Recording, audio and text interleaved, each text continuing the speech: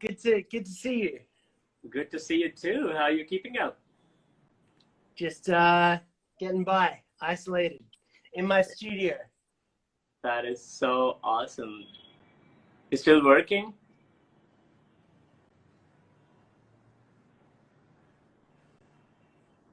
Yeah, I think we just lost you. We just lost you. There's some internet connection from. Now it's fine. Okay, I can hear you now.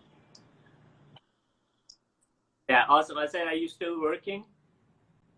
Yes, yeah. I'm still doing music, composing, writing, doing all that kind of thing. But no live shows. Awesome, guys. So this is Tyson from Australia, but he's currently in LA right now, and I've already introduced you guys to everyone who this dude is, and I've been listening to your song since morning, actually since last night, and I've been so enjoying reading about the stories and the songs, and like it is so much fun. How do you do it at the age of 16? Well, I was when I was 16, I was a music nerd in school. I guess in Australia, growing up, everybody was into sports and surfing and skateboarding and things like that, and I was the geek. And so I was the guy who just listened to electronic music and fell in love with it. So yeah, the rest is history. But you know, I went on to finish high school, do a degree in music. Yeah. And I studied classical music, and I also did a Bachelor of Music and Technology. Yeah. And yeah, so it's kind of just, I think it's, you know, at my age now, at 32, it's hard to kind of look back and remember exactly, but all I know is that when I was probably 14, I was playing drums. Yeah. Then I was in a band, and then all I wanted to do was electronic music after that. And my parents told me that I had to go to school and get a degree after that. And I had 5 options to choose, like different things like science or physics and the stuff that I was good at. But I just chose one degree, kind of hoping that I wouldn't get into it. Yeah. But I got accepted out of 3,000 applicants. 30 were accepted. So I got in and I ended up doing the degree. And so I have always had a musical thing in me, but my parents aren't musical, you know? It's weird. Yeah, it's the same in India. Being a photographer myself, and it's so business background, and everything we talk about numbers, we talk about different stuff. My whole family members, like the number of people is like huge. So they're all into business. When I compare art with business, it's totally different, and it's really hard for someone to get accepted so easily in the society. Like it's just the Indian thing, the society mark. But we all are growing up. We are all understanding, and I'm glad that parents are understanding and things are going well. So, but yeah, great. Tell us about. I was out to prove my parents wrong. Yeah. they said to me, I think my dad said to me, you could never make a career in music, and I proved him wrong. I remember one year, it was New Year's Eve, and I had a show in Thailand, and there was 40,000 people on the beach, and my dad, who was living in Thailand at the time, didn't know about it. And I said, hey, Dad, like, meet me at this time at this place. And I had him picked up in a limo. He got dropped off at the beach, and he said to me, what's going on? Like, what is this? Like, and I said, just follow me. And then I put him on a boat. We got on a boat, and the boat took him out to the stage, which was floating like a barge out at sea. And he got to see me play to 40,000 people with fireworks and everything. And that was the time where he turned to me and he had a glass of whiskey and he said, I'm proud of you, son. That is so cool. You might have just accepted that, okay, now that you have proved him wrong, but also that he was the proudest father at that time, don't you? Yeah. Yeah, I'm not trying to say that I had a hard upbringing or anything like that. Just that um I think like if you pursue your dreams, you pursue something that you believe in and that you love, and you really work hard at it, it can work out well. Awesome, awesome. That's a good start. Awesome start. Awesome, awesome, Tyson. So we would like you to introduce yourself a bit. I've already done that job for you, but still, I would like to hear from you and your team. Yeah. So a little introduction about myself. Yeah.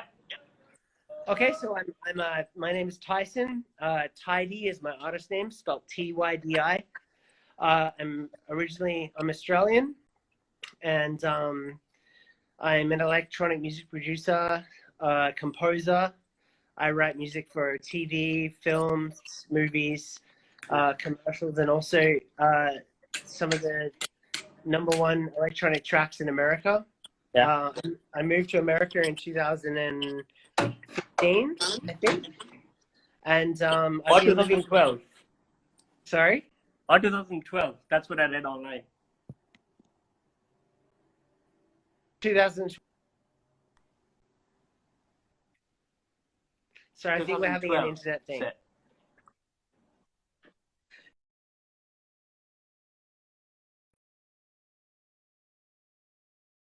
So these are tracks that I've released that have done well in around the world. But it was 2015, so maybe between 2012 and 2015 is when I moved to America. Okay, awesome. And what about your team? What about them? I mean, if you'd like to introduce your team as well. Oh well, so I was encouraged to move to America because of my team. I got signed to Universal Music. Yeah. And they are primarily based here. Okay. And my manager was here, and publisher, and PR team. So yeah. So it was hard because I had my family and girlfriend at the time and everything, and I had to give everything up to leave the country and say, all right, I'm gonna pack my bags. I still remember that flight. I remember getting on this plane and having only the things that were packed in the luggage were my assets, and moving, and that realization that I was changing countries to pursue a dream. So that was pretty well.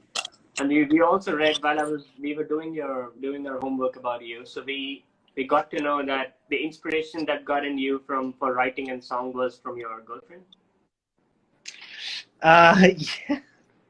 Big question. My inspiration comes from a lot of places, but definitely definitely a lot of songs I've written have been about like heartbreak and I guess life. I'm one of those artists where writing music, I'm not very good at writing fiction. I have to write stuff that comes from at least a story that I draw from a story in my life, and then I expand on it. So some of my songs are fictional, but they always come from a place where they always come from a place that I remember, or something that I feel strongly about. Interesting. Just like the new release you announced that you're gonna have on Friday, Start Again. Yes. It's beautiful. I mean, the idea where you portray how you need to get things started and to know the current situation is we are going through something, and then you came up with another idea, and then you're just releasing another song on it. Would you like to tell more about that?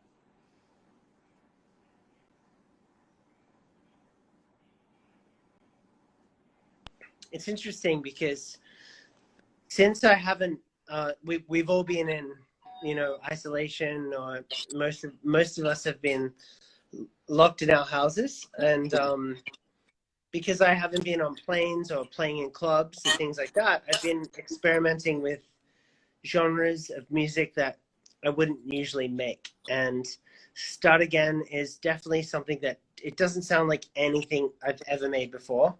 Yeah. I actually worked with a country artist. She's only 18 and Yeah. super talented, has an incredible voice and just a beautiful spirit. And I wanted to write something that would, I guess, just be about, like, you know, what would you do if you could start again, or the things that you know, if you could start over. So yeah, so that's coming out this Friday. But that's a deep thought. So when did you, I mean, obviously I'm guessing that while we are under the lockdown, you came up with this really cool idea, right? Yeah, so I've come up with a few. That's I think while under the lockdown, I've made a whole album. That's yeah. Have you been working on this for a while, or you've been you started working when the lockdown was announced, or what? Well, I'm always working on music. So the thing about the lockdown, which is interesting, is that for me, and I think for a lot of music producers, we are always in the studio, and we're always used to being locked down anyway. We're always writing music in dark rooms and not going outside and that kind of thing. So you would think that lockdown wouldn't affect us, but there's something strange about it, because when you know that you can't go outside, when you know that you're locked in, then suddenly it becomes harder because you want to go out. You know, people say you can't go out. Well, now I want to go out. But yeah, so I've been writing a lot of music, and I've been using this time to experiment with a lot of new sounds and a lot of genres of music that people wouldn't expect from me. And I think that a lot of my fans will, maybe 50% of them will not like the new thing, and 50% will, or they'll embrace it. But I guess if there's a silver lining to this, like, I'm not saying this lockdown is good, but for a music producer, it did give me the opportunity to try to think about things differently, to write things differently, and to try out things that I would usually be scared to do. Interesting. Yeah, we have received around 44 questions in all, and so you have a long list of asking questions from India, from Australia, and probably even in the States. So what we're going to do is we're going to get things started. Before we get things started with the questions, we have a short like a small session, like it's like one word thing. Okay. And whatever comes on your mind, just let me know, and then we'll move to the next one. Yeah, are you ready? Let's hope the internet connection is good. Yeah. Yeah. Okay. The first one is okay. Internet connection. There you go. All right. What comes on your mind when I say internet connection? Sending files to other artists, and will it get there in time? Awesome. 16. I think I lost you. You're talking about internet connection. I thought you said 16. Okay. I think we lost you. I think I'm not able to hear you. Now it's fine, yeah. Okay, yeah. 16. Heartbreak. Okay. Writing. Experimental, and being unique. Okay. DJ. Crowds and making them happy. Awesome. Traveling. Not enough sleep. Electronic dance music. A way to talk to the entire world. A universal language. Story. What was that one? Story. Story. Yeah. A beginning, a middle, and an end, and something beautiful. Interesting. Brisbane or Queensland? Well, Brisbane is in Queensland. I'm just asking you, when this two-part where you focus on, like, do you prefer saying Brisbane or Queensland? I think of Brisbane. I have a house there, and I miss it a lot. Okay. Okay. Oh. Yeah.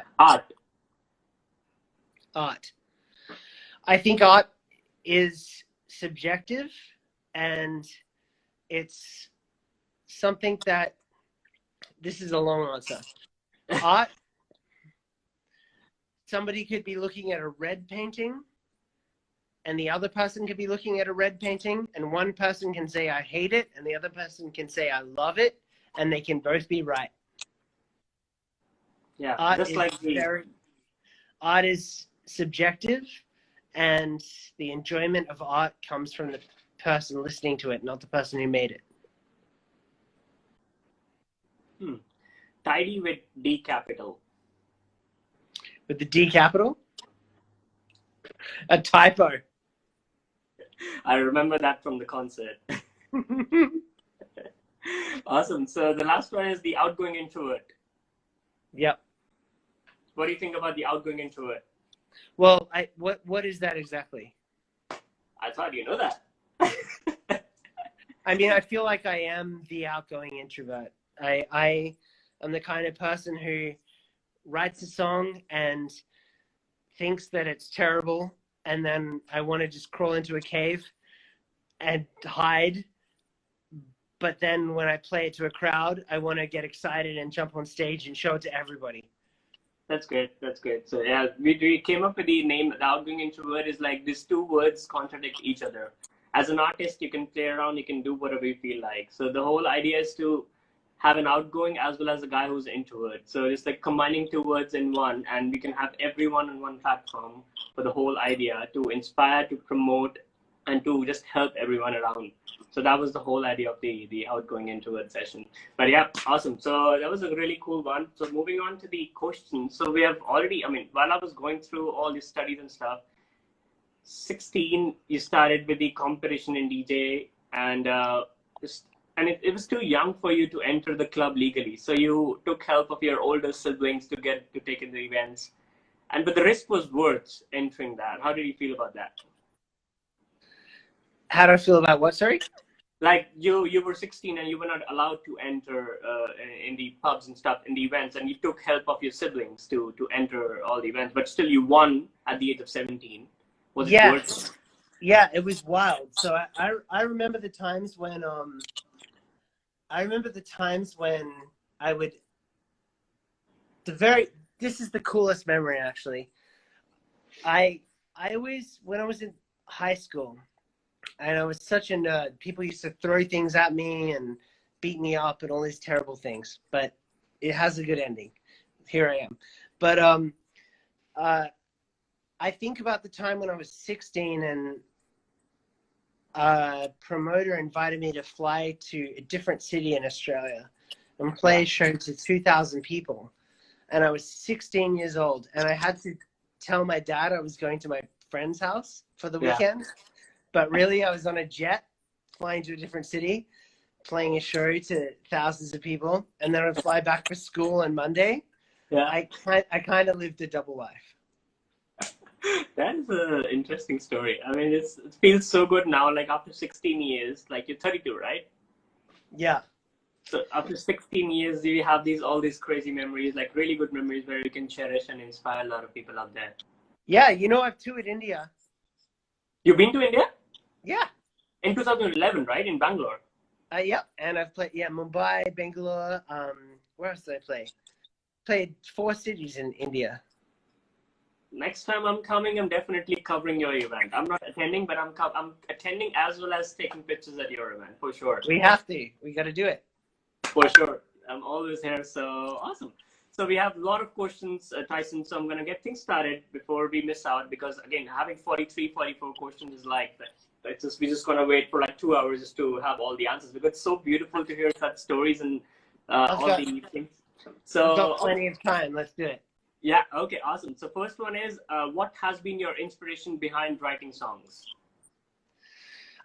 Each song is different. I'm always inspired by something different. So, for example, the last song that I just wrote was inspired by the current times we're in.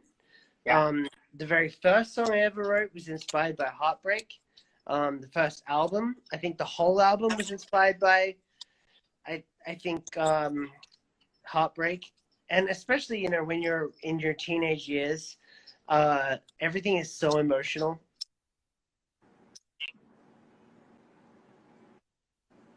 Inspired by how I felt. I'm a songwriter at heart.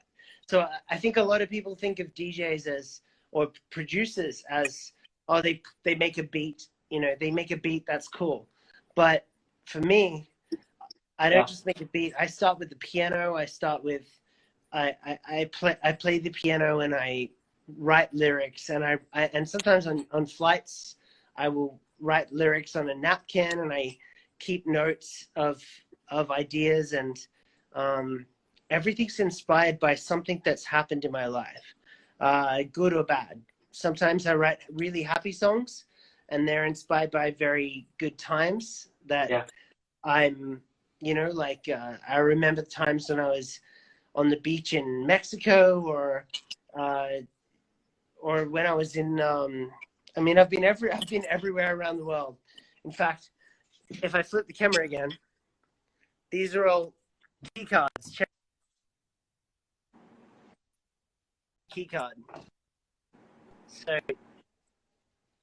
these are all key cards from different hotels around the world. Whoa. How many are these? I think there's like 2,000. So there's a lot of, each key card to me has a story.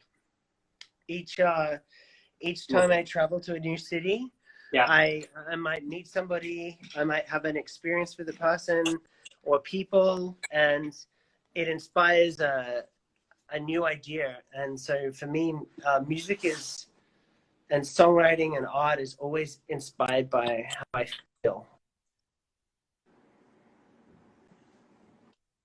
Okay, awesome. So yeah, that's interesting. I mean, you get to know that as an artist, you can come up with idea with whosoever you meet, or you travel, or you see something beautiful, or you see something happening, then you can definitely work on the same subject. Yeah. Cool. So we have the next one. We said, so it says, we read somewhere that it takes around 3-4 years to make an album. Like around 3,300 versions of different songs are written, and then the final 10 or 12 are selected. So tell us something about it, and all different songs are written, like how it is. Okay, so it's not like this with everybody, and actually this year is different. I've focused just on writing 10 really good songs, but in the past, what I've done and why albums have taken 3 years is because I would write a lot of songs, but I wouldn't finish them, like the full production. So I would write them on piano, and I'd write the lyrics, and I would write up to 300 songs. And then after a year passes, I would start to look back at those songs and work out which ones are the most meaningful to me. And then I would pull out maybe 100. And then from there, I start to add things and edit them and produce them. And then I would start to work out, okay, which ones have the most feeling and which ones do I believe in the most? And so it's a process of narrowing 300 down to 12. There was one album I did that had 20 songs called Redefined. It's kind of a process of, the thing is, you know, as an artist, you can, as a musical artist, you can only release maybe one song a month, or an album every year, or if you're lucky, an album every 6 months. So And an album is generally 10 to 12 songs. But as a composer and introvert like myself, I write so many songs that they don't always find a home. And that kind of breaks my heart sometimes, because, you know, it's like I hear my fans say, oh, we love your album and we love this song, and we love this song. But I think to myself, imagine if they heard all the songs that I didn't release or I didn't produce. But yeah, to answer your question, is that making an album it has to tell a whole story for me. The album, it's not just like 10 songs that I love. It's also the whole album itself is like a book. It's something that you open up and you read. You read it has chapters, and it's like the whole process. I mean, I'm guessing that once the thought comes on your mind, then obviously there are steps and there are things you need to follow before you come up with like one song. Yeah. Okay, we're gonna ask you about that, and moving on to the next one. So, how does a usual day look like for you when you're not touring? Oh, like this. Sipping beers and this is water. Yeah, I tried to do that when I was in Madrid. Then I used to sit in my class, and it was sometimes it's so boring because there are things which you just already know, and then this basic things is going on in the class. So we used to have a Tinto de Verano. It's like a summer drink in Spain, and it's just so cool that usually there's not much alcohol in it. So you usually have that in the class, and then you just keep on sipping and chilling just in between. And especially it's summer in Madrid, so it's just the best time to just enjoy and to have that thing. Yeah, absolutely. Yeah, I won't lie. You know, occasionally I like to have an alcoholic beverage, but no. A typical day for me is waking up, and because my studio is in my house, it's weird to wake up and then walk into a different room and start work. So I have to have a shower, and put on clothes like I'm going to work, and then walk into this studio, and then start producing something or working on what I was doing yesterday, and making notes. I have whiteboards everywhere, you know, like making notes on what I was doing yesterday and what I should continue today. But a typical day is always creative. It's always about telling a story, except, you know, lately I've been trying to make sure I have one day a week where I just rest my mind, and just, it's hard to do, especially when you're a musician or any kind of artist, I can imagine. But I think that in order to make your best work, you do need a little bit of time off. So I try to take one day a week where I don't do anything, and the rest of the days I'm working on music. Interesting. So I have a few friends in Spain as well as in India. So they're all musicians. So when I ask them, so they have this opinion. I don't know if it's correct or not, but what I ask them is like, when you write songs or when you produce song or when you just do the writing part, do you want to feel the whole area? Or let's say if I'm working on something very emotional, I have to visualize that, or I have to go through something similar, or I have to just go out and travel. Let's say the song is on traveling. So I should experience something when I travel and then write. Does it really help when you do that? Or is just that you can do that sitting at home and just thinking and then producing a song? Yeah. So I think a big thing is to notice when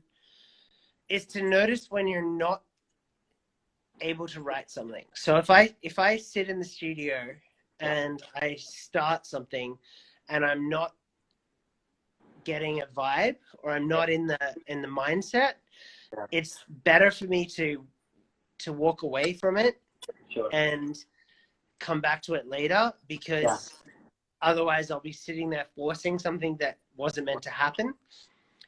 So the best work I do sometimes comes like in the middle of the night. Sometimes I'll wake up in the middle of the night with an idea, and I have to run to the studio and and write something. And even if it's just a sketch, just an idea. Yeah. But you have to chase, for me anyway, for me personally, you have to chase the inspirational moments, and when you chase them, sometimes, like I've had just the other day, I had some friends that are also isolated in the same kind of building here, and they came over to visit, and suddenly I got this idea to write a song, and I had to say, sorry guys, I'm writing a song now, and had to tell them to leave. And they thought that's really weird, but when I'm on, when I'm switched on, that's when the best work happens. And that happens, like, it's not often, so you have to chase when you're inspired. Sure. And when you're not inspired, you can't force it. If you try to force it, it doesn't always turn out the best. You have to notice when your mind is in the mode to create something. Interesting. I'm just guessing that if you have an idea right now, you don't leave the session. Don't worry.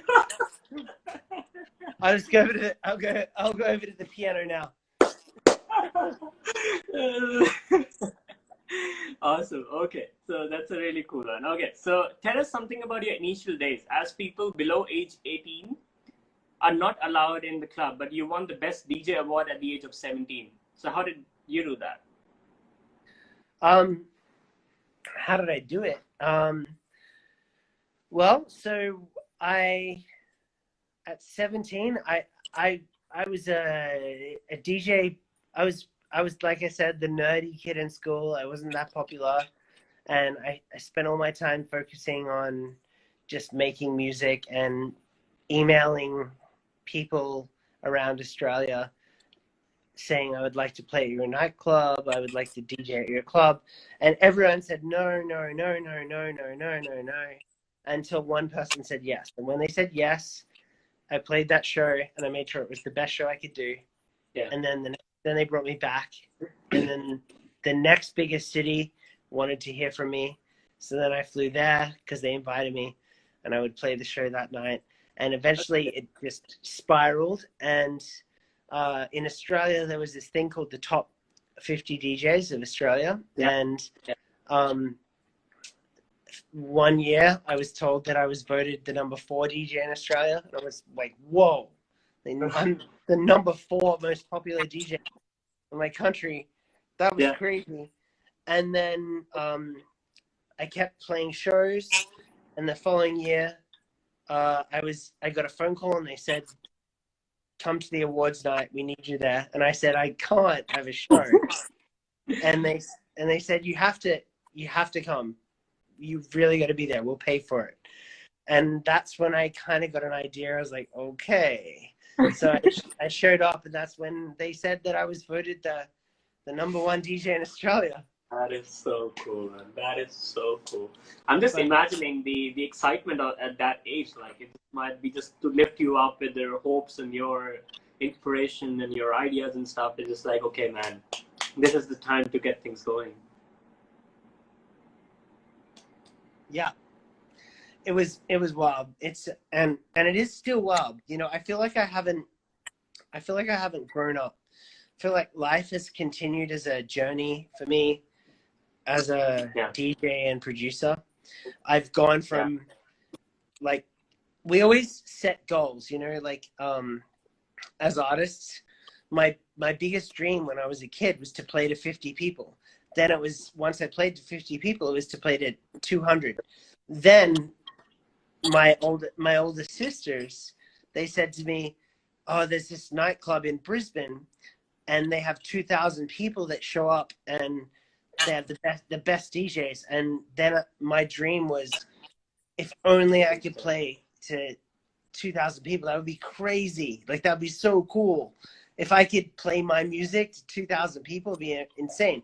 And then that happened.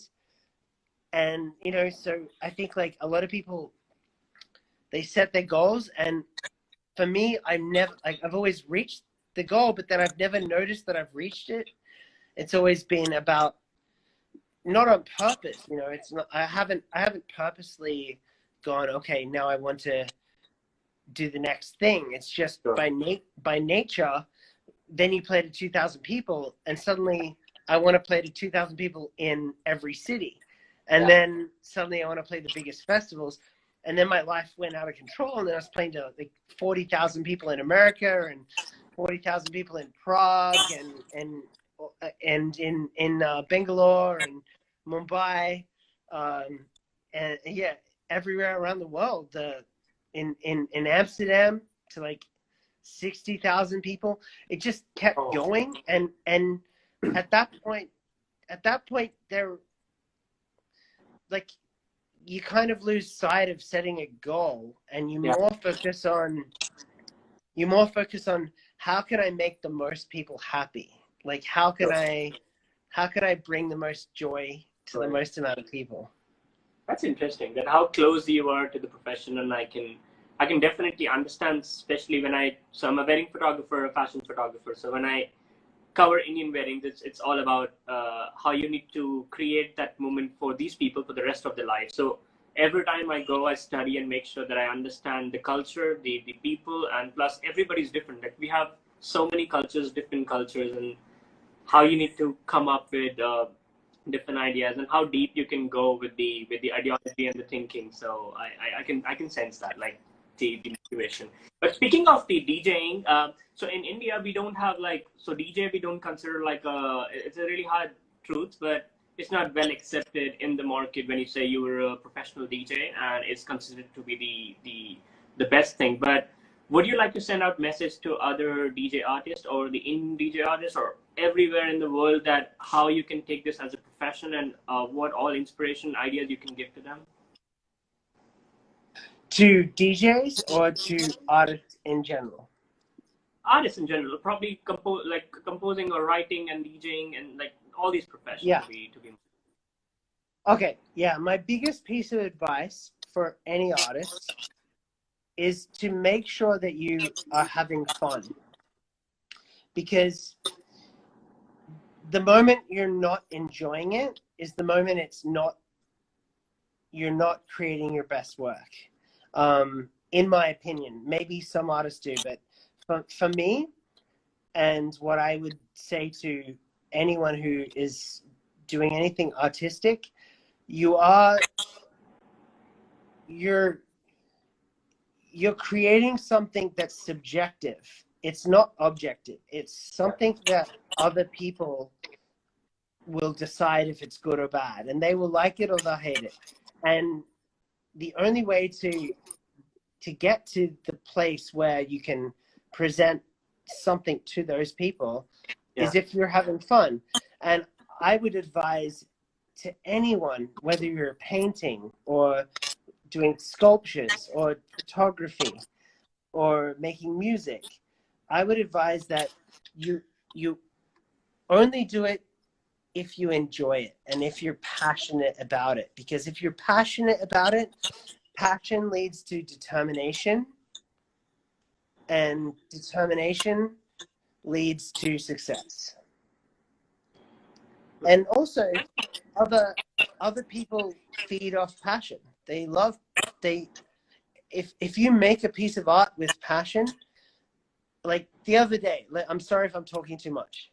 I'd be enjoying it. Just an honest live session, so I'm just happy. Go ahead, please. Okay. So the other day, I was painting, and I don't know how to paint. I'm terrible at it. I'm so bad at painting. But during isolation, it was an activity that I wanted to try. And I was super nervous, and I painted this picture that was kind of abstract, and it was interesting because it was how I felt, but on a canvas. And I was so nervous to post it, but I posted it, and everyone's reaction was positive. Everyone said, "This is great. We love it." And I think it's bad.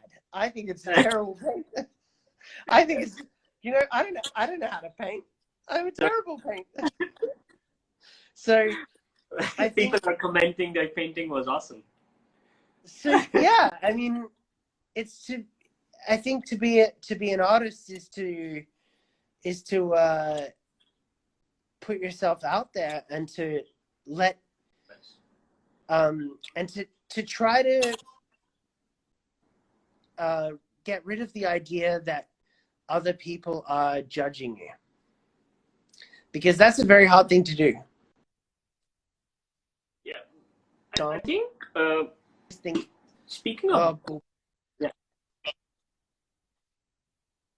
I think we lost game. Yeah. Okay. Sorry. Am I back? Yeah, you're back. Okay. So yeah. So my point is, even though my painting was really, in my opinion, bad, when I put it out there for the world to see, the reaction was positive. And I told everybody, I'm nervous and I don't know how to paint. And this is my first attempt at painting. And people took it well. And I think that being an artist in general means to take risks. You have to take a risk and not be afraid of what other people think of you and what their judgment is. And I fight that every day. That's interesting. That's interesting. Yeah, I mean, I can definitely sense that. I mean, I'm just thinking that when I try different things, and at the starting, there are a lot of people judging your work, and then plus, if you make a point, if you keep working hard, if you keep pushing, believing in yourself, like you mentioned, then there would be people joining in with the same. Like there was a very famous video in a park. There was one dude who was dancing, and everybody was like, "Oh, he's just like an ass," or "He's just dancing." I think it's from Amsterdam. And then suddenly he started dancing. These two people joined him, and then suddenly there's like 5 more, 10 more, 100 more, 500 more, and then you have 10,000 people just dancing and creating the whole scene scenario. I think I've seen that video. It's beautiful. Yeah.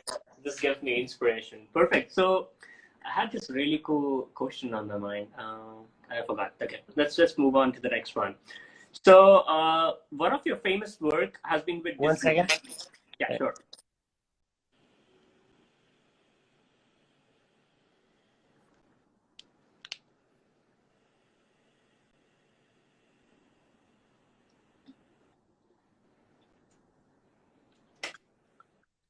Sorry, my cat. Oh. What is her name? Sorry, my cat's name's Guinness. I had to say it again. What was the question? Yeah, so it was like, and one of your most famous work has been with Disney. It must have been life-changing experience, as Disney is everybody's childhood dream. How was the experience recreating Disney on Ice shows? Wow, yeah, that was wild. So,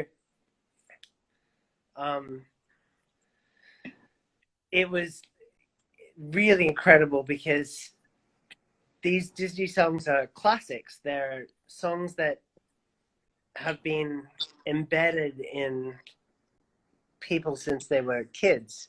And I was given the job of reinventing some of the older Disney songs and making them into making them into modern versions. And it was really cool. I was so nervous about that, and I'm very grateful. This is where I'm very grateful that I have a degree in music theory, because I was able to compose and reproduce and do those songs. But for example, like the Little Mermaid, there's a song called "Kiss the Girl," and it's originally a Jamaican crab telling a guy that he should kiss the girl. And I got a phone call and they said, well, it doesn't work on the ice. We need this to be for Disney on Ice. So, and I was in Malaysia at the time, and they called me and they said, hey, like, we want Kiss the Girl, but we need it to work on the ice.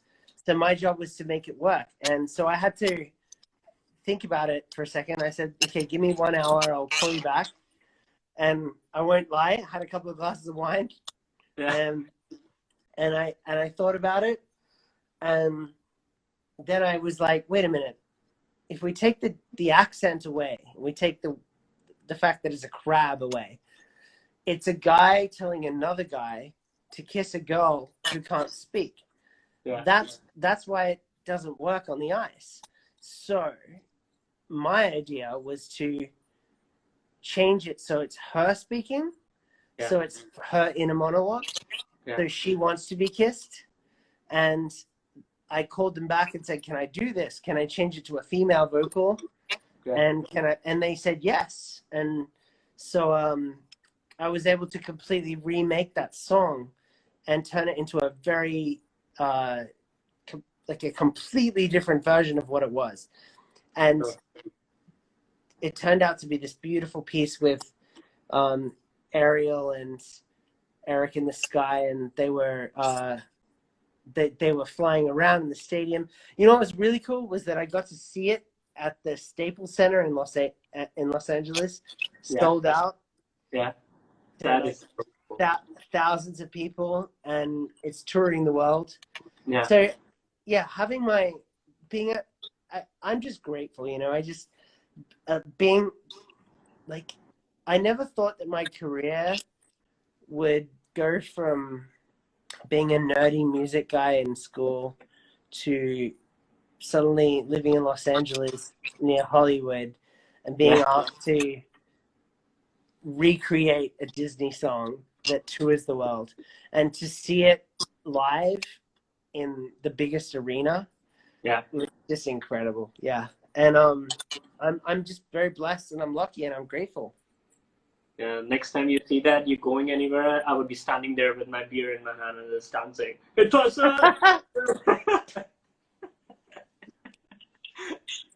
that's interesting. That's incredible. Like, so happy to hear that. Okay. I can see some of my fans are on here. I just say hi. They're from Bali. It says, please come to Bali. And yeah, you can just give it a shout out if you want. Just talk to them. Yeah. Hey, Erwin. Hey, Cassie. There's so much love here. I love it. You know, it's moments like this that make me feel like I'm not in isolation, which is cool. It's all positive, and people spreading out love, and then loving your work, and especially your new launch on Friday. So I'm looking forward for it. It's on Friday. Me too. What's that? I said I'm excited too. I'm nervous and excited. It works for me. Being nervous and excited just helps to keep things going. Perfect. So we have 12 more minutes, but I'll try to wrap it up a few more questions, but we might have to extend the session. Would that be okay for you? That's fine. Awesome. Perfect. So there was, this is an interesting one. The one with D capital. In an article, it was mentioned that your stage name was tyDi with D capital by mistake or printing error on a promotional flyer at the Brisbane DJ Wars competition that you won. Is that true? Yes. Yeah. How did that happen? Or like, was it lucky, or do you still consider that as like your lucky charm, or there's something? It was a typo, and it was a mistake, and I won the competition, so I just kept it. That's great. And it stayed. That's interesting. So okay. So what is next for you in terms of musical career or otherwise in life? So some of it I can't talk about because it's very top secret, but I'm working on a few movies. Yeah. And I'm also working on TV commercials. So I've done TV commercials for Stella Artois, for Swarovski, for brands that, I guess like high-end brands that want beautiful music. But I'm now working on some pretty cool projects that I can't talk about legally. Sure. But let's just say last week I was working on something for an aerospace company. Whoa, that sounds interesting though. But at the same time, I'm also working on I'm always working on new music. Yeah. I'm definitely working on music that like for my fans. Yeah. things like that. Yeah. Okay, so how's your cat doing? Let's The see. cat Let's see. said, Let's how's see. your cat doing? I had to lock my cat out the room. Let's have a look. Where's my cat? Let's see. Where is Guinness? Okay.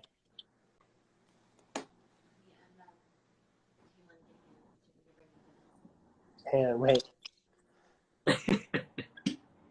We still can't see. There's Guinness. There There he you is. go. He's good. He's good. He's living his best life. Sometimes I wish that I could like have his life. Because I'm hard at work and he's laying and sleeping and getting fed and gets whatever he wants. So sometimes, yeah, that's how my cat's doing. He's just he's grooming himself. Yeah. Interesting. Okay, so your sixth album, Collide, in 2018 was a collaboration with Grammy Award winner. How was the experience of working with Tin? And what is the one thing you love and hate about him? Sorry, say that again. I said your sixth album, Collide, in 2018 was a collaboration with Grammy Award winner. How was the experience of working with Tin, and what is one thing you love or hate about him? Well, there's nothing I hate about him. He's probably the most friendly and kindest person I've ever met. Working with Christopher Tin, that was a big change in my direction of music. I remember when I first heard Christopher Tin's music, and it was just beautiful. He's an incredible classical composer, and I've always wanted to incorporate an orchestra with electronic music, and so I spoke to Christopher Tin about it, and he was excited to do it. We did the album Collide, and it was a lot of work from both of us, and I learned so much. I think like in 1 year of working with Christopher Tin, I learned more than you could do in an entire degree. Just because I always believe that if you surround yourself with people that are more talented than you, or talented in a different field, that's the best way to grow as an artist. And so making Collide with Chris Tin, it was a really wonderful experience. We were able to work out, we sat down and we were able to work out like, okay, so this is how electronic dance music works. This is how the track should be structured. Now, how do we fit the orchestra in? And so together we worked out the places where it should be full of an orchestra and places where it should be extremely electronic, and then places where it should be half and half. And doing that 12-track album with him, Collide, I learned so much about the use of an orchestra and just things that I guess, they sound simple, but they aren't. Like moving around an orchestra, like you don't want to have a full orchestra at once. You don't have cellos, basses, woodwinds, the entire percussion section all playing at once. The beauty of it is using sections of it and highlighting the song with the orchestra. And Chris Tin really showed me,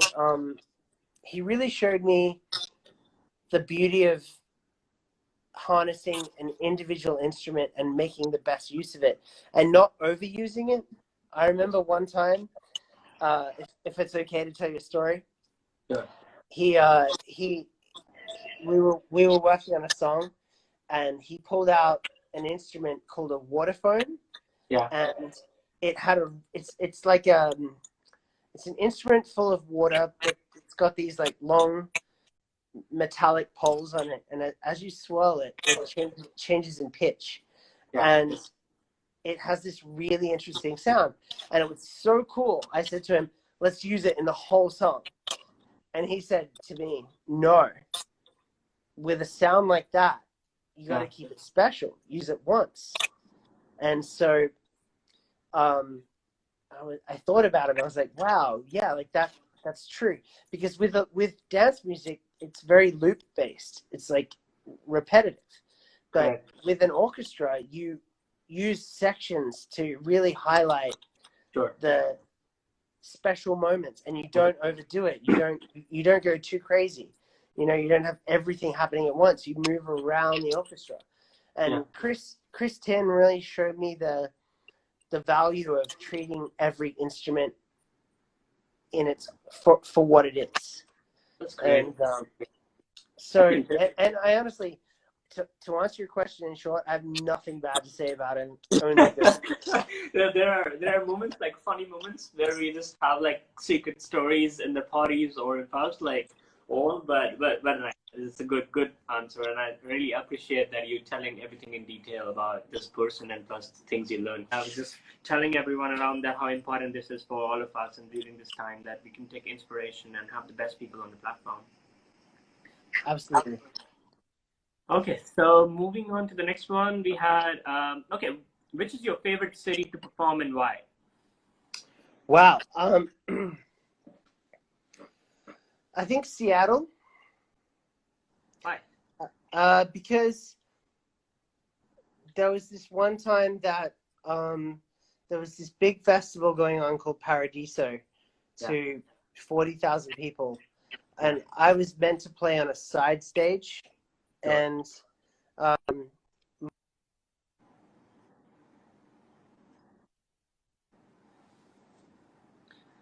Las Vegas. So he called me and said, could I play his show? Could I play his set for him? And could I take that spot? So I ended up playing the main stage. Yeah. And I got to play the main stage to thousands and thousands of people, and it turned into a really incredible, beautiful connection with people in Seattle. But in saying that, I mean, I've played everywhere that I like. It's a very hard question to answer because, you know, I love playing in Prague. I played in Poland and Sweden. I love playing in India. Yeah. It's honestly everywhere that I play, as long as the crowd is excited and like I feed off the energy of the crowd. Sure. So Seattle was the first thing that came to mind, but I've had amazing moments everywhere in the world. I've had amazing moments in Argentina, in Jamaica. Okay. And also, like, I think a thing that, like, I think, like, a thing that's very cool about traveling the world to play music is that you get to see the world and see different cultures. And so behind the scenes, like, I may be on stage for 2 hours, but I'm there for a day or two. And so I get to kind of learn the culture and, you know, in 2 days. But I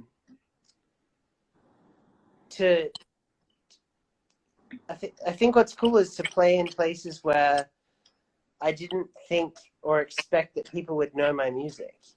Sure. And when they do, like when I showed up in Mumbai in India, people had signs with my lyrics and my songs, and people were waiting at the airport. There were fans waiting at the airport for that. So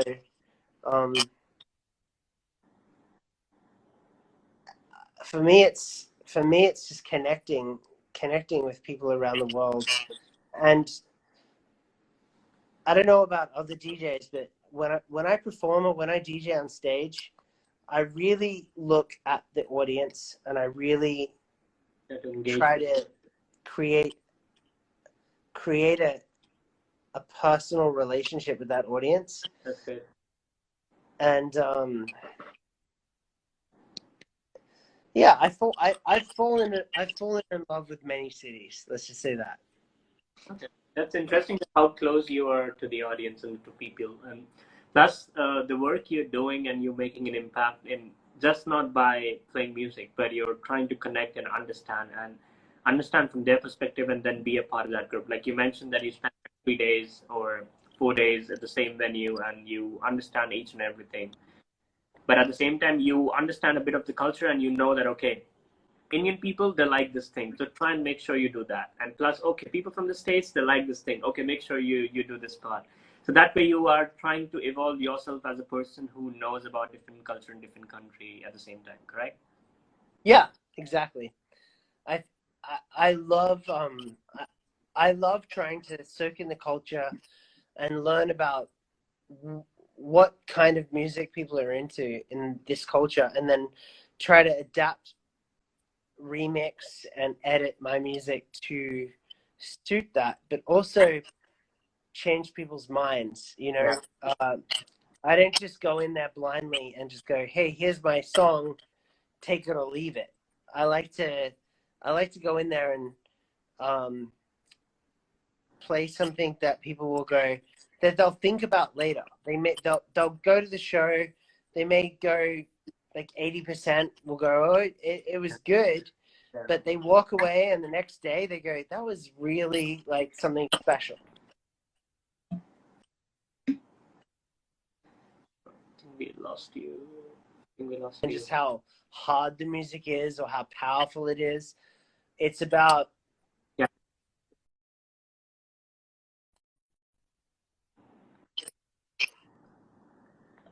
Interesting.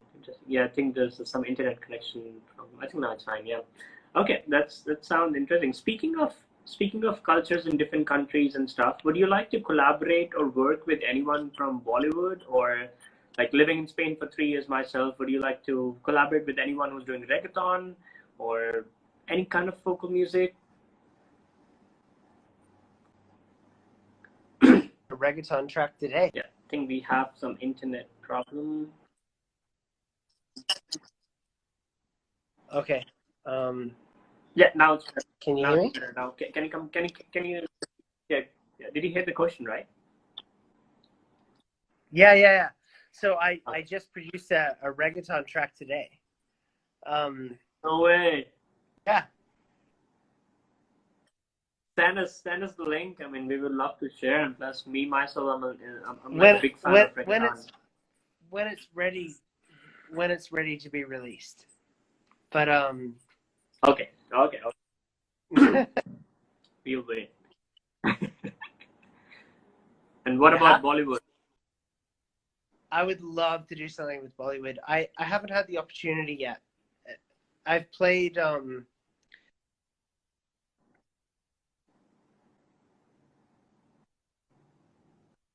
Yeah. And I really got into the style, and I really got into the vibe of it. I'm just waiting for the opportunity to join in on that. I'm not sure how, but I would love to. I would absolutely love to. Sure. So for the edition 2, we had Priya. She's a singer in Bombay. So what I can do is I can definitely help you to connect with Priya directly, because we've been in touch with her, and she's a singer in herself. So we'll see what we can try and connect, if there's any way that you can come to India and play. I would be the happiest to see you in here, and I would be with dancing like alcohol in my hands and like just, yeah, I know this dude, man. I know him. That would be great. That would be great. Yeah, let's talk once we end this session about that. Okay, awesome. So moving on to the next one, it's like working with internationally renowned DJs like Armin van Buuren. Do you think it sets particular standard for your career in the future? Do you measure the professional growth as a DJ? Do I measure my growth by others? Is what you're saying? In general, like, do you measure like the professional growth as a DJ, like just being DJing, or not writing or scripting or like acting or any other profession you would like to take? Or any other profession? Yeah.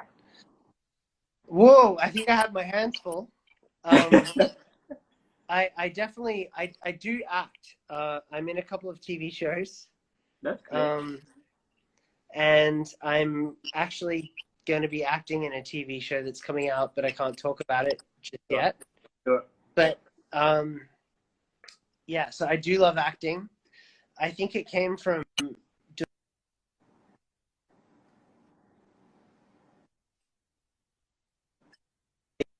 excited about, I don't know, being a character. So yeah, there will be situations where there's definitely going to be a thing coming out where I'm acting in. I can't tell you about it just yet. Looking forward. Looking forward. Keep sharing these links with us.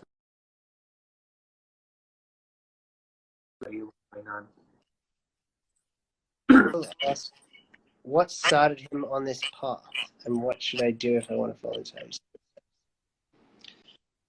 Well, Cassie, just a passion, and a love for music.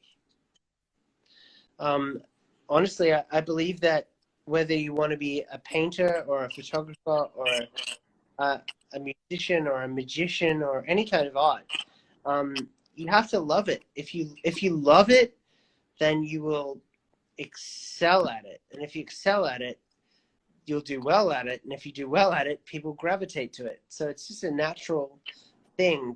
I think the fundamental step for success in anything artistic is to make sure you just love what you're doing.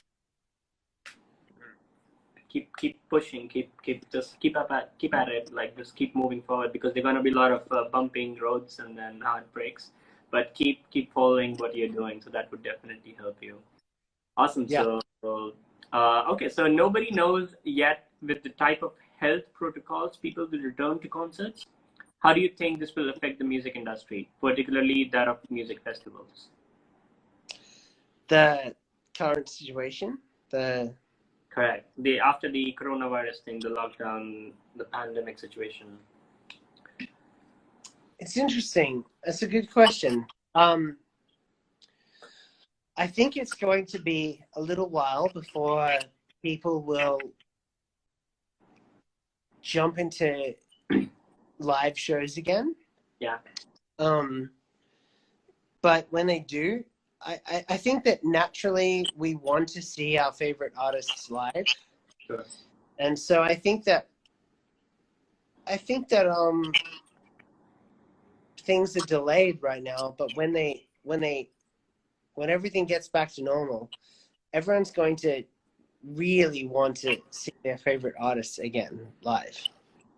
I see, and so I'm reading one of the news that in Germany, in Cologne, the Robin Schulz was playing, I think, last week, and everybody was sitting in their car, and he was just playing on the stage. So do you think, would you like to do something similar? What was he doing? So he was playing, and then everybody were in their cars. So it's like you could see the stage, and there were cars parked, and people were sitting inside the car. Oh, yeah, like a drive-in. Yeah. That I really like it. I mean, now that you know that you need to move out, and plus you're social distancing because you're everyone in their cars, would you like to come up with certain things in LA or Australia or anywhere in the world? Yeah, I think it's an incredible thing what he did, and I think that whole drive-in experience is cool. For me personally, I like to see the fans in person, not through the windshields of cars. Yeah. So I probably will continue to just make music and release music that's different. I'm personally going to use this time to experiment and to see what my fans see, how much they embrace the new stuff that I'm making. That's great. And but I mean, all the best to everybody who's finding new ways to do live shows. That's great. I may even do, I haven't done it yet, but I may even do like a live stream visual show. But for now, I'm using this time to create and to release songs that are different. But you know, I'm definitely open to the idea of new experiences, and I'm not a closed-minded person, you know. Yeah, I'm glad. No, I'm happy because I could, when I was going through your work and your research work, it also says that you started the podcast in 2011, and nowadays it's like on the go. It's like 9 years after that, everybody now is moving their life and stories on a podcast, but which you already started in 2011, right? Yeah. So I'm guessing, like, I'm definitely happy to know that you're already thinking way ahead of everyone else, and it's just like a happy thing. Now that we're in a pandemic situation, it's a weird situation, but you're preparing yourself for the coming few years or months or days, because you know you're understanding the audience very well. Yeah, I just for me, it's not really about plan. Like I think the biggest mistake an artist can make is to have a plan. Okay. Now that sounds bad, like, because everyone should have a plan. Sure. But I think the biggest mistake an artist can make is to have a plan so tight that they can't shift from it. They can't move from that plan. I see. And for me, I've always been the artist that makes different genres of music. A lot of my fans don't know that I'm also an artist called Wish I Was. I have a whole different alias called Wish I Was, which is different music. I'm always experimenting, and I'm always trying to innovate, and I'm always trying to, not trying, just naturally changing and evolving. Sure. And I think that a danger to artists is to think that they have to have a strict plan, because if you have a strict plan, life doesn't work that way. You know, life takes you on crazy directions. Right. So I feel like it's not too much has changed for me, because I adapt with what's happening in the world. Interesting. Okay. Perfect. So yeah, I mean, I'm just still thinking, because it's like so deep. Sometimes you start considering these answers in your life, and then you consider what's going on, and then you start figuring things out. But yeah, it's a good time. Yeah. I'll definitely flip over it and see where I can come out of it. But thanks for the advice. Okay, so we have another one which says, okay, do you see yourself branching out to other related professional later on in life, or maybe starting a music school?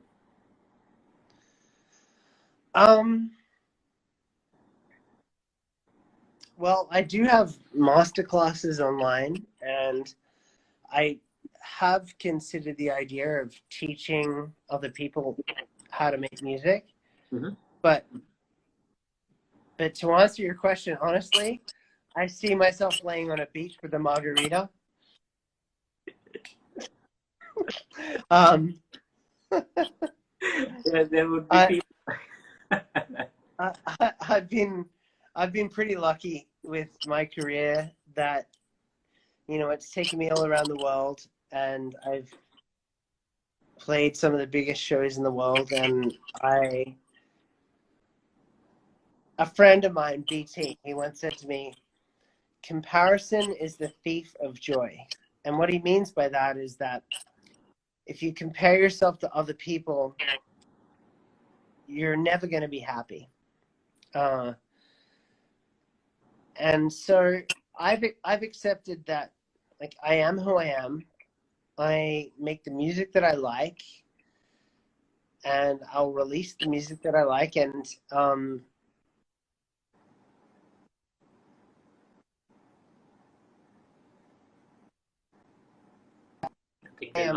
very. Oh, we're back. We're back. Yeah, you're back. Yeah. Yeah, I think at the end of the day, I've been very fortunate to have had the success that I've had. And yes, I would love to do music schools. I would love to teach people music, but I also would like to relax. And I would definitely look forward to the times where I can lay on a beach and drink a margarita and watch the waves roll in. And yeah. keep things flowing in. Just go out to Tomorrowland and be an audience, and then just enjoy it. So like, I like to live in the moment.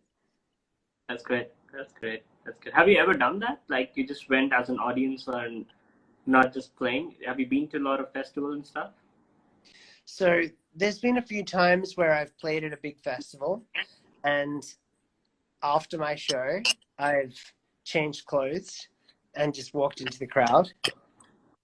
And has it ever happened that you bought like a ticket?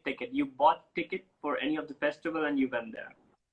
No, I've never bought tickets to a festival. I'm very, very blessed.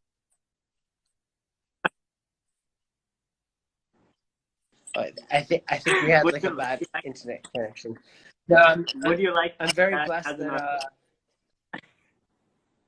I'm very blessed that I've never had to buy tickets to a festival in my life ever. Okay, awesome. So just another interesting.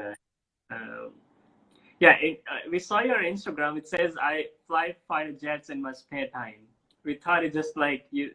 It's just a thing that you have, right? Like, is there a video of you actually doing that, or how do you go about music flying jets? Well, have you had a look at my Instagram? I do fly fighter jets in my spare time. I didn't see that. I don't know why. When I was scrolling down to post on my social media, then I couldn't find that. But do share that. I mean, do you have a video right now? If you can show it to other people.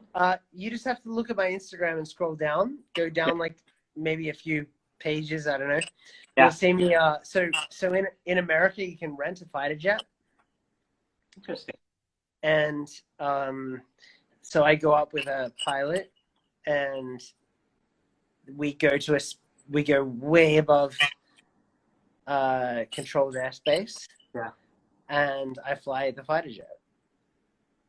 That's interesting. I mean, that's not a joke. I actually do that. The company is called MigFlug.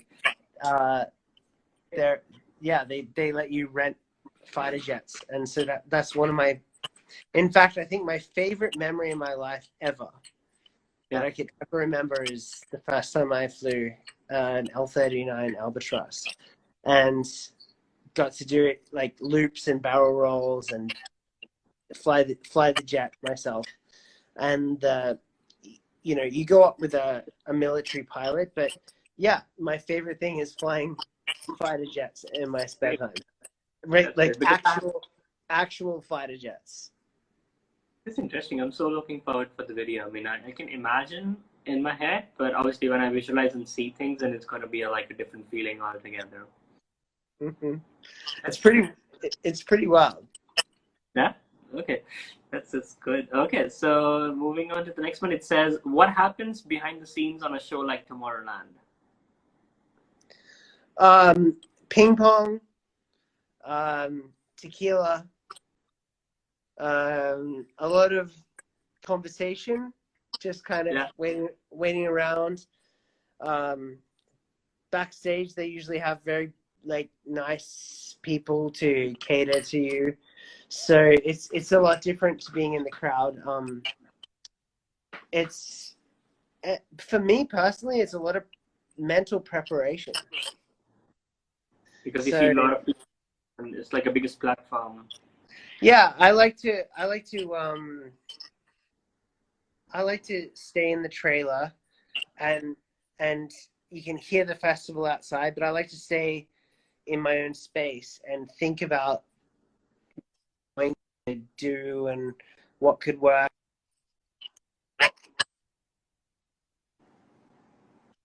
It was paused.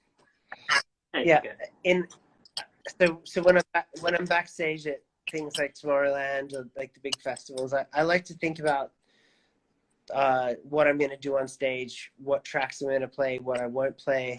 So I spend a lot of time alone backstage, actually. Interesting. Because you like to prepare and understand, and you have your own space. Yeah, and it's a very big thing to step on stage in front of thousands of people. So I like to be alone and to just kind of get myself in that mindset and just think about what I'm going to perform and what I'm going to play. Sure. Okay. Awesome. Can you share some crazy stories from any music festival? And these festivals are crazy these days, like.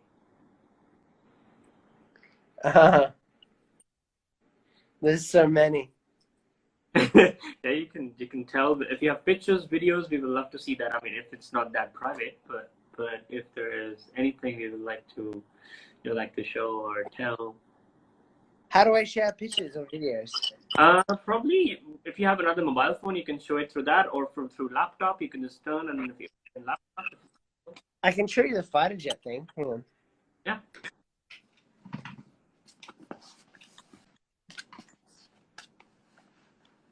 Okay, bear with me. Hold on. You can talk to people for a second.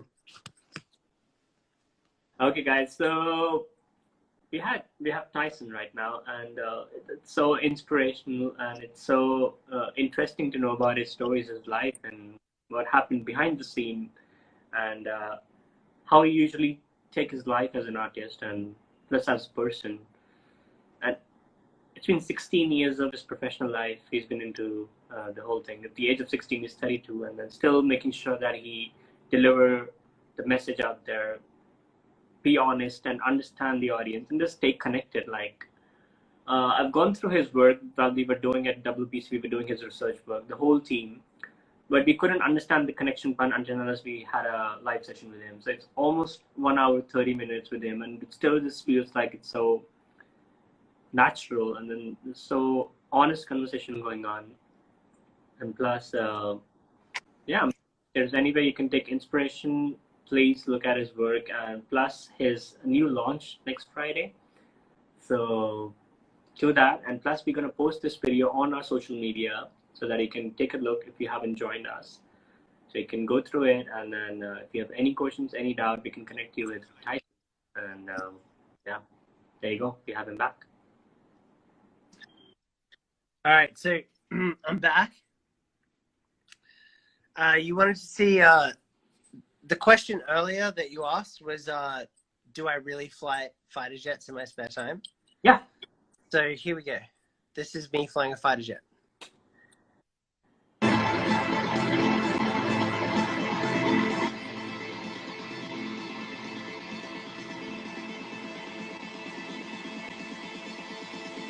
That is so amazing.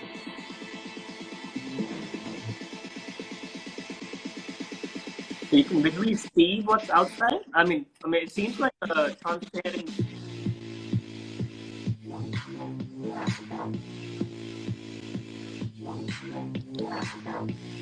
That is so cool, man. That is so.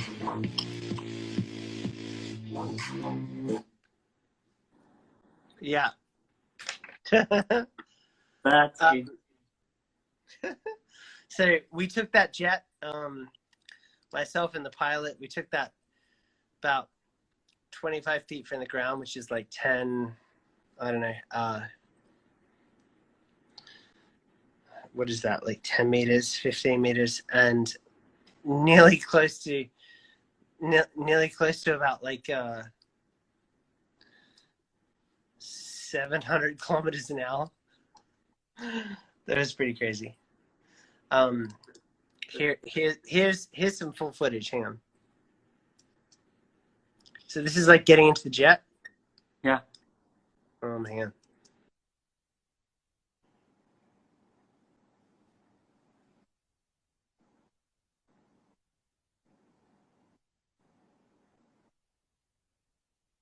Okay, we are back. So this is me about to take off in a fighter jet. So cool, man. So are you doing it alone, or you have someone with you? I have a pilot with me. So the plane holds 2 people. So I'm here in the back, but when the pilot lets go, I fly it.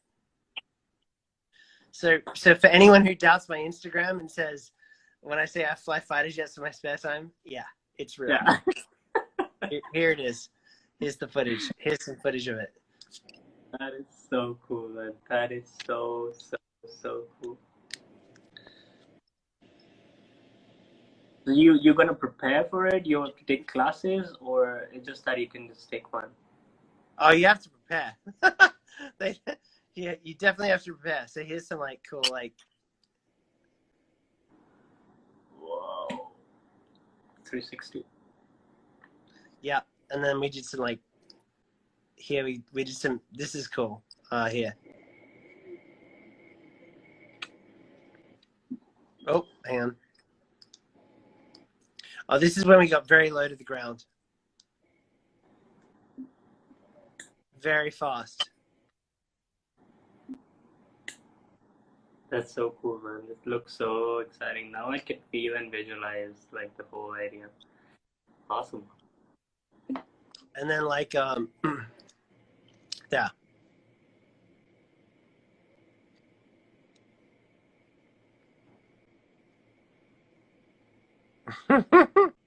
That's insane, man. That's insane. I'm coming back. Whenever I'm coming back to the States, I'll try to ask my brother. He's in San Diego, so I'll try to ask him that if I can. But it's definitely possible. Happy That's the thing. Happy to hear that. I just want this lockdown to be over and then just go. I was about to cover a wedding in LA in August, first week of August. I was about to fly, but I'm still not sure what's going to happen in another month. But let's see. Never sure. Yeah. Okay, so there's another really interesting one actually. So we also found that you use creativity for good as well, like the work you did with Make-A-Wish Foundation. Why is that important for you? Well, I mean, that was very important because I knew about the Make-A-Wish Foundation for many years while I was growing up, and I always thought, well, I would never be able to grant a wish. Like, how could I grant a wish for anyone? And then I found out about this young lady who had leukemia, and she her dream was to record in a professional recording studio. So I brought her out to LA, and we got her in the studio, and I made a song with her and released it too. So that was pretty cool. I feel like music it's sometimes a selfish job, and if you can do something nice with it, that's fantastic. And I was made aware of this opportunity where somebody really wanted to record in a studio, and we made that happen. That was great. Great. That's great. Yeah, it's interesting to know and how important it is sometimes to give back to the community. Just a happy feeling to understand. But interesting. Okay, so we have this like last final one. I think we have covered everything. Is second. Yeah, I think we have mostly answered all the questions. But yeah, I mean, I think this is a wrap for all the questions. And but if you have any questions for the platform, for anything, I would love to answer that. If I have what? Sorry? If you have questions for me, for the platform, WPC, or the concept, the Outgoing Introvert, then I would love to answer that before we end this conversation. Yeah, so tell me about the goal of the Outgoing Introvert. Yeah, so the whole idea is that we initiated this the very small concept of knowing that how important this time is, that we all are at home, and we have to gather and get every artist on one platform. We have obviously we are a photography platform, and we thought that, okay, that's the job we're already doing, but are we doing enough to make sure that all the artists, like a family around us, staying together, sticking together, and assisting each other? So it's a very small idea of knowing that you can have a powerful thought of collaborating and creating a community. That's what I believe in. And with this one simple idea, I contacted around 10 different artists, like my friends from Europe, from Mexico, from the States, for the edition one. Yeah. I had a just normal conversation, and then I moved, like asked Anurag, the WPC founder, and I told him that we have to do this big, we have to go this big. If people would understand how important this is, that if we can have the one-on-one conversation, we can have stories, and people can get inspired. Because I was reading a lot of stories from 2008 and 2009 when the recession hit the United States, that a lot of people lost their job not because of the work, but because of the depression, because of the inspiration that they couldn't get. Yeah. So for me, it was like, okay, let's say if I have Tyson, or if anyone from Argentina, or from any other country, no matter what their profession is, if they can tell few things, or if they can have certain things which can impact in someone's life. Like, again, for me, I usually watch videos from Obama or Dane Johnson or from Michael Jordan, and we usually get inspired. And now you are the living legend, like you are the real artist around there, and we are the platform where we can make an impact. So with all your stories and your energy and your enthusiasm and your passion, if someone can take that bit from the live session and from the whole thing, then I think I'm happy. I'm the happiest. Like out of 100,000 people, if one can get impacted with the session, I would be the most happiest. Like the platform would feel that, okay, we made an impact in someone's life. Well, I think that's a beautiful thing you're doing, and I appreciate it so much. I'm glad. I'm so happy that you were on the platform and speaking about everything. But I'm already looking forward to meet you in the States or anywhere in the world or in India.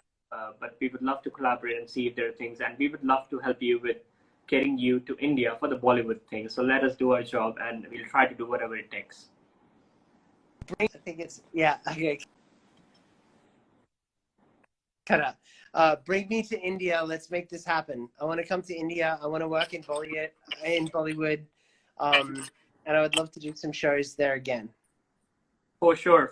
So me, Anurag, and like everybody's based in Delhi, so we will be the one picking you up from the airport whenever you're in town. And rest, I think we have to come up with a plan. So sure, let us do our connections and stuff, and we'll try to make things happen. It sounds amazing. Thank you so much. Awesome, Tyson. Thank you so much for everything, for all the honest conversation, answers questions, your video. It's the fighter jet thing. We're so happy to have you, and we wish you all the very best for your new launch and new things which you mentioned that it's going to come out. Do share with us, and we'd be happy to tell our followers about the same. You too. All the best. Thank you. Thank you so much. Have a great night. Thank you for extending. Bye-bye. Bye-bye. Bye.